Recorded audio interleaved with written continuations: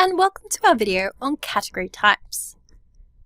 Our category is the style of accommodation that we sell, and our sites are exactly how many of these we have available to book.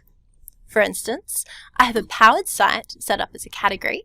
I may have 4 of these, and therefore I'd have to create 4 sites linked to that category. I can then link these categories into category types. Please note, for this video, we are just reviewing how to create this category type and link our categories.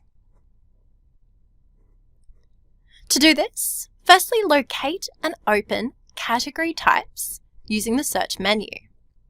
Select Add Category Type from the top bar. You can then enter the name and description for this particular category type. These descriptions are used on the Newbook online booking engine, where a brief summary or longer, more detailed description is required. You can add in a placeholder image or image if required. This is particularly useful if you want to use the Newbook online setting to allow guests, when booking through your online booking page, to view the category type first, rather than just seeing all categories at once. This can be particularly useful if you have very different accommodation styles or locations available for your guests, so they can select the best for them, and therefore the categories within, rather than seeing everything at once.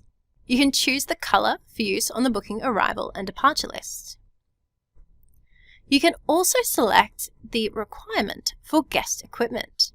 If you use guest equipment at your property and want to ensure that your guests are definitely giving you the correct information to ensure the best site for their booking, you can set these guest equipment fields to be mandatory when either manually placing a booking or when guests are booking through Newbook online.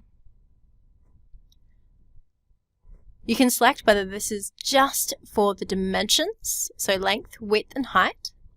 If so, select dimensions only. Or if equipment types, select equipment type only. Or if you'd like both to be required to ensure the correct equipment type and site size has been selected, pop this here. Once you have created this category type, you can then go to your categories page. You can select all applicable categories,